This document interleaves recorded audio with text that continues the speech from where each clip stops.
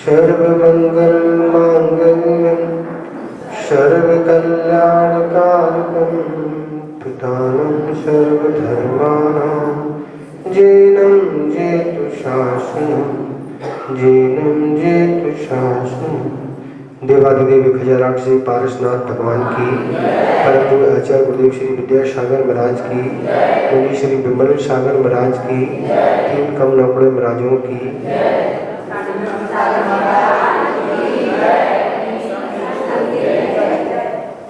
अपार धन वैभव की प्राप्ति होना कोई सामान्य बात नहीं है। जब व्यक्ति का विशेष पुण्य होता है तब अपार धन वैभव आदि उपलब्ध होती है, पर पुण्य के उदय से उपलब्ध तो हो जाते हैं। पर आचार्य कहते हैं विषयों की आसक्ति ऐसी एक आसक्ति है जिसके कारण पूर्व पुण्य से मिला हुआ ये सब धन वैभव उसको छोड़ना पड़ता है। ऐसी एक आसक्ति है।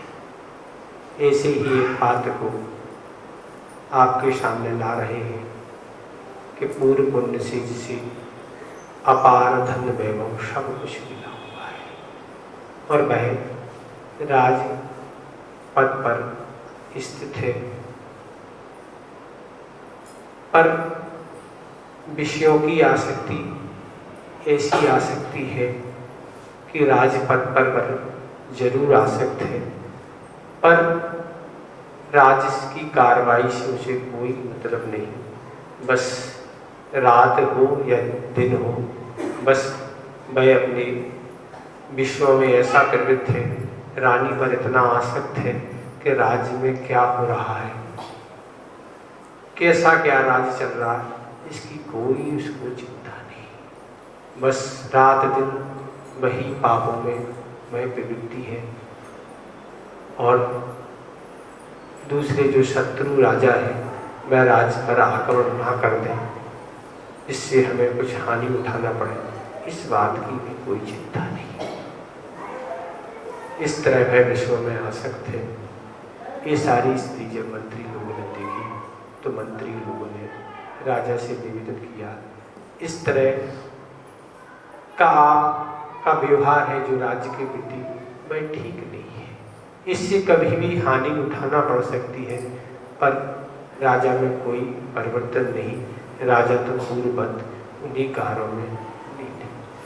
तभी सभी मंत्रियों ने मिलकर यही निर्णय लिया कि राजपद से निकाल दिया जाए। सभी मंत्रियों ने मिलकर राजा और रानी को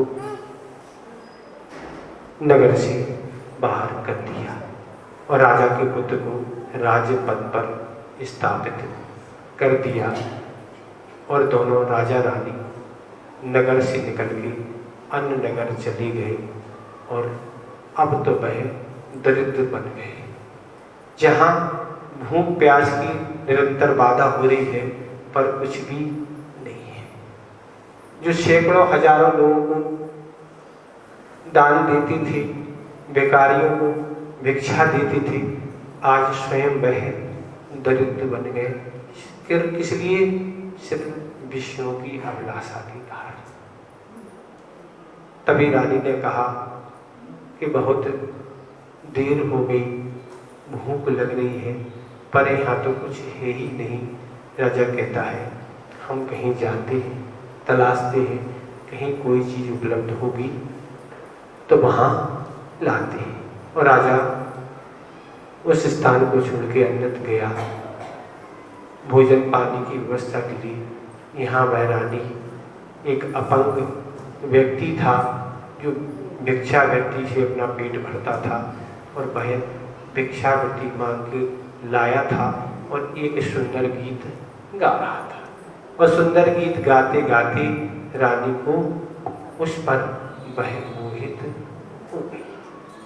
मोहित होने से वह भिखारी के समीप पहुंची जो अपंग था, दरिद्री था और अपनी पाप प्रवृत्ति की भावना रखती कि हम तुमसे पाप प्रवृत्ति करना चाहते हैं। भिखारी सुनकर यही कहता है कहाँ आप उर्वशी के समान सुंदर और कहाँ हम एक दरिद्री, ये तो जोड़ी उचित नहीं है। रानी कहती ऐसी कोई बात नहीं, और ये भी ठीक है, पर अभी थोड़ी देर बाद राजा आएगा और राजा हम दो को जब देखेगा तो क्या हमें जीवित छोड़ेगा क्या? तो कहती है रानी उसकी भी चिंता मत करो, हम अभी राजा को समाप्त कर देते हैं। इस तरह मैं अपने स्थान पर वापस आ गई। राजा भोजन लेके आया और मैं तो हर्षित था कि हम इसको भोजन कराएंगे। यहाँ रानी ने रोना प्रारंभ कर दिया।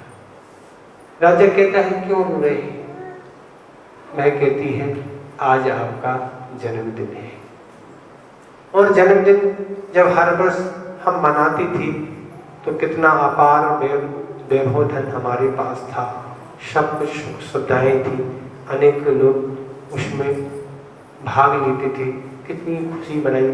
पर आज जन्मदिन मनाने के लिए कुछ है ही नहीं, इसलिए हमें आज रोना आ रहा है। राजा कहता कोई बात नहीं, जो है सो ठीक है। राजा भी दुखी हो रहा है और दुख का अनुभव कर रहा है, पर रानी ने एक षड्यंत्र रचा। रानी ने एक रस्सी कहीं से उठाई और राजा के गले में डाल के अच्छी टाइट कस दी। राजा देख रहा, पर रानी पर तो इतना विश्वास है कि ये तो हमारी पत्नी है, ये तो हमारे साथ कुछ कर नहीं सकती। राजा यही सोच रहा है तो जरूर जी कोई ना कोई क्रिया वर्षगांठ की कर ली होगी। उसने अच्छा टाइट बांधा और जिस अपंग के साथ वह रहना चाहती थी उसको संकेत से बुला के दोनों ले जाकर उस राजा को नदी में डाल दिया। और वह उस अपंग के साथ पाप प्रवृत्ति निरंतर करती रहती थी और नगर नगर वह घूमती थी। एक टोकरी में उसको सिर पर रख लिया और अपनी को वह सती बताती थी, मैं सती हूँ। और माता पिता ने इस अपंग के साथ हमारा विवाह कर दिया, अब इसका तो हमें निर्वाह करना पड़ेगा। इसके नाम से वह भोजन पानी पैसा मांगती थी और अपना इस तरह वह जीवन यापन करती थी। कहाँ महलों में रहने वाली एक रानी, कहाँ सुंदर रूप उस राजा का, सब कुछ धन वैभव।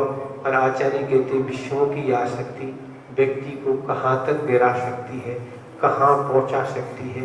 इसलिए हम आपसे कहते हैं कि पूर्व पुण्य से मिली हुई सामग्री मिलती है। पर आगम में जो सिद्धांत ग्रंथों में जो शब्द आते हैं कि पुण्य जो होता है वह कैसे पाप रूप में संक्रमण होता है, तो ऐसे ही संक्रमण हो जाता है कि मिला भली पुण्य की युग से है, पर वर्तमान की वृत्ति की प्रवृत्ति इस तरह की विचारधारा से वह पुण्य भी पाप रूप में परिवर्तित हो जाता है और पाप भी पुण्य रूप में परिवर्तित हो जाता है। धर्मक्षेत्र काल भाव के लेके कर्म का उदय अपना फल देते हैं। इस आचार्य पूजपाद महाराज ने सर्वा सिद्धि में उल्लेख किया है। ये अपन नियामक बनाए के लिए जो कर्म किया है वो भोगना पड़ता है, तो नियम इसका नहीं है उस रूप में भोगना पड़े, ये नियम नहीं है। हम धर्मक्षेत्र काल भाव को लेके उस पर हम परिवर्तन कर सकते। जिन कर्मों में हम परिवर्तन संभव है उनमें ही कर सकते। कुछ कर्म ऐसे होते हैं जिनमें परिवर्तन नहीं होता, जैसे आयु कर्म, उसमें कोई परिवर्तन नहीं होता। जिस आयु का बंध किया वो तो भोगना ही पड़ता है। इस तरह से दर्शन मोही, चारित्र मोही, ऐसे कुछ कर्म हैं जिनमें वही रूप में फल देती है और वह अपना जीवन यापन पाप प्रवृत्ति निरंतर नगर नगर घूम कर रही है। और यहाँ राजा नदी में बहते बहते कहीं बहुत दूर पहुंचा। जब उसको होश आया, देखा वो कहाँ डली हुई है और वह नदी से निकल के एक वृक्ष के नीचे बैठ गया, आराम कर रहा था। यहाँ दूसरे राज्य में एक राजा समाप्त हो गया। मंत्री बड़े चिंतित थे चूँकि राजा के यहाँ कोई संतान थी नहीं, इसलिए अब राजपथ पर किसको अधिष्ठित किया जाए, ये चिंता थी। तब सारे मंत्रियों ने निर्णय यही लिया कि राजा उसको ही बना जाएगा जो हाथी अपन ले चलते हैं, हाथी जिसका अभिषेक कर देगा उसको अपन राजा स्वीकार कर लेंगे। यहाँ वह व्यक्ति बैठा हुआ है पेड़ के नीचे, वो मंत्रीगण हाथी लेके निकले, उसी व्यक्ति का अभिषेक उस हाथी ने कर दिया। सभी मंत्री ने उसको ही राजा स्वीकार कर लिया और उसको ला जाके सिंहासन पर अधिष्ठित कर दिया। अब तो वह इतना सब कुछ धोखा खा चुका था, अब तो वह सती स्त्री भी हो, गुणवान कितने हो, पर वह भरोसा नहीं करता था, किसी का मोह भी अब देखना पसंद नहीं करता था। आचार्य तो यही कहते हैं कि विपत्ति कर्मयोग से अनेकों व्यक्ति पर आती है, पर जो समय पर संभलते नहीं है उनका जीवन यूं ही निकल जाता है। जब भी कोई घटना घटती है, कोई संदेश मिलता है, कुछ है, अगर मौका पाके व्यक्ति संभल जाता है तो बहुत कुछ अच्छा अपना जीवन बना सकता है। इस तरह की अगर हम घटना देखते रहे और संभली नहीं तो भाई कल जो श्लोक देश में 14 नंबर चला था, विपत्ति महत मनोमूढ़ा परेशान, वही मूर्ख जैसी दशा होगी कि सारा संसार का दृश्य देखते ही हम मूर्ख बनी हुई है। पर राजा अब मूर्ख नहीं था, अब तो वह बहुत सावधान था, राजकार्य बहुत अच्छे से चलाता था और वह अपना जीवन प्रजाजन सब सुखी थी, सब संतुष्ट थी। यहाँ वह भटकती भक्ति, वह जो सती अपने को कहती थी, उस कुबड़ी को, अपंग को अपने सिर पर रखी थी टोकरी में, वह गीत गाती गाती उसी नगर में वह आ गई। नगर के लोगों ने जैसे उसका गीत सुना बहुत हर्षित हो गए, नगरों में उसकी बहुत प्रशंसा थी। यह प्रस्ताव राजा के जो मंत्री आदि गण थे उन्होंने राजा के समक्ष रखी है बात कि राजन ऐसी एक सती आई है, क्या गीत गाती है, कितना सत्य उसके अंदर, इतनी वह सती अपने का बताती है, आपका दर्शन लाभ अगर उसको हो जाए तो बहुत अच्छा होगा। राजा ने आज्ञा दी थी। वह जो भी अपने को सती मानती थी वह प्रवेश हुआ उसका, और उसका जो भी गीत गाने का जो ढंग था उसने राजा के समय गीत गाना प्रारंभ किया। जो भी सभा में लोग विराजमान थे बहुत हर्षित हुए, बहुत अच्छा लगा। पर राजा ने जैसे गीत उसने प्रारंभ किया और सुना, राजा तुरंत पहचान गया, वही यह स्त्री है जिसने मेरे साथ इस प्रकार का छल किया था। वो तो मेरा पुण्य कर्म का योग था, क्या भगवान की प्रभु की कृपा थी कि मैं बच गया। और पुनः जो भी राजा ये विषयों की प्रवृत्ति के कारण, इसकी आसक्ति कारण मुझे इतना अपूर्व पुण्य से जो भी धन वैभव मिला वो छोड़ना पड़ा। और इस तरह की स्थिति हमारे पर आई, पर पुण्य योग से फिर पुनः वह राज्य दूसरे स्थान पर मिल गया। पर अब इस पर विश्वास करना कहाँ तक उचित है। राजा ने कहा मंत्रीगण जो सभा में थे इसको बाहर किया जाए, और उसको बाहर कराया। और राजा ने सारी सभा में पूर्व की जो भी घटना थी वह सबके समक्ष रख दी।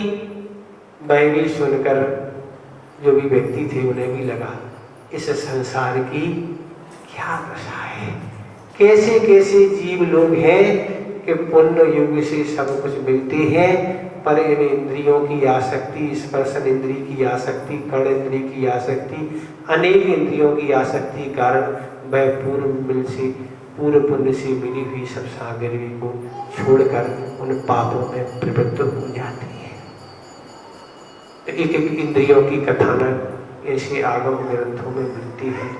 अब जहाँ पांचों इंद्रिय में आसक्ति है वहाँ कहाँ क्या दशा हो रही है, तो दशा तो आप लोग देखें किन दशाओं से लोग आज आ सकती है। मैं तो एक ही व्यक्ति था, पर आपके पास कितने सारे साधन हैं, वो गीत संगीत और क्या क्या नहीं है, सब चीज़ आप देख सकते हैं, सुन सकते हैं और उसका लाभ ले सकते हैं। पर अपनी मन की परिणति को पहचानो कि हमारा मन क्या चाह रहा है, मन क्या करना चाहता है। मन को आचार्यों ने संस्कृत व्याकरण में नपुंसक कहा है। मन को किसको कहा? नपुंसक लिंग का शब्द। मन क्या है? नपुंसक लिंग। उस पर विश्वास करना कोई अच्छी बात नहीं। वह कहाँ कैसा पटकेगा, क्या करेगा, इसका कोई भरोसा नहीं। इस तरह राजा सचेत हो गया था। सारा जो भी विषय था, जो भी षड्यंत्र था, सारा खुल गया था और राजा इस तरह से विरक्त होकर वह दीक्षा को धारण उसने कर लिया और मरण करके वह स्वर्ग में उत्पन्न हो गया। बलि विषयों की आसक्ति है और वह कुछ कर्म का योग या वस्तुओं के सहयोग से वह गाफिल हो गया, पर अंत उसका जीवन संभल गया और सही रास्ते पर आके अपने को कल्याण मार्ग में लगा लिया।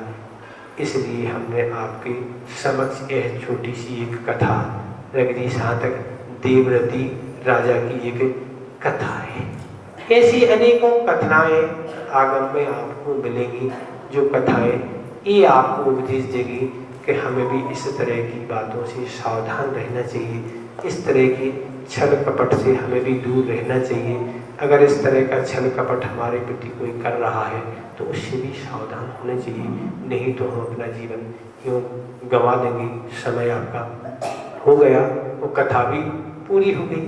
कथा ज़्यादा आपको सुनाना नहीं पड़ी, आप तो बहुत सा बड़े कथाकार हैं ना, आपको क्या सुनाना, कथाएं ज़्यादा नहीं, आप बहुत संक्षेप में समझदार हैं, सब बातें आप समझते हैं और आपको जाना भी है। तो संक्षिप्त सार से यही देखें, इस कथा का आप चिंतन करें, विचार करें कि इस तरह से हमारे अंदर कभी ये घटना न घट जाए, हम भी किसी तरह। एक तो एक संक्षेप कहानी है, अनेक ऐसे प्रसंग घटित हो सकते हैं जो जीवन में हमें क्या है, परेशानी में डाल सकते हैं, घुटन कर सकते हैं और हमारा जीवन मिटा सकते हैं। इतने ही हम पर्याप्त समझते हैं। अहिंसा परमो धर्म की